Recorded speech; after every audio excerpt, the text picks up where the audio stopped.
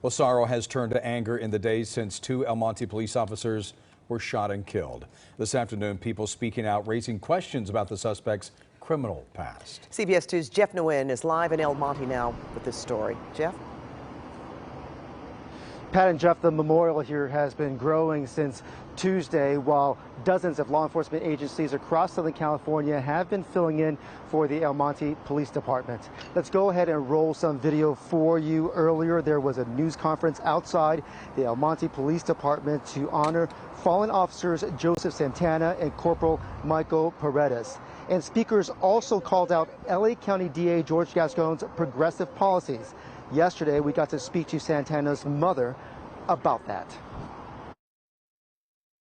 I blame Gascon for all this. Olga Garcia is the mother of Officer Joseph Santana,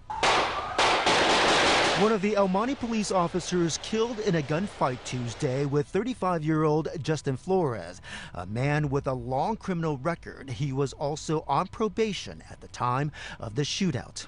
He probably got out because of Gascon keeps letting all these criminals out. And it's not fair.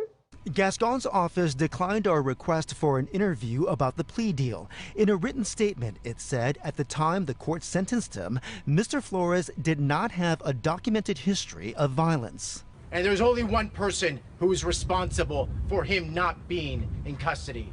Eric Siddall is the vice president of the Association of Deputy District Attorneys, who has openly criticized his boss over Special Directive 2008. Siddall says Gascon demands prosecutors throw out previous convictions when they go after three-strike offenders. And the only reason that he was out on June 14th was because of George Gascon's policies. In April, an LA Times analysis found Gascon's office brought charges in 58% of all felony cases in his first year in office. His predecessor, Jackie Lacey, 57% during her 2 terms. When it came to misdemeanor cases, Gascon's office filed charges in just 43% of the time compared to 86% under Lacey's watch.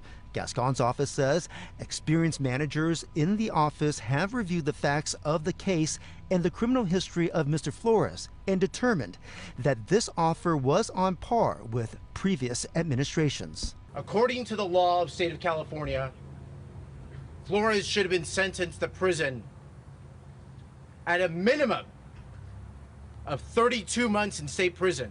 They didn't deserve this. They were good people with families and small children.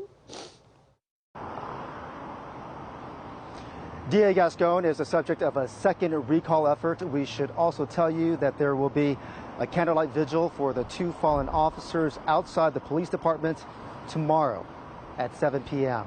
We are live in El Monte. Jeff Nguyen, KCAL 9 News.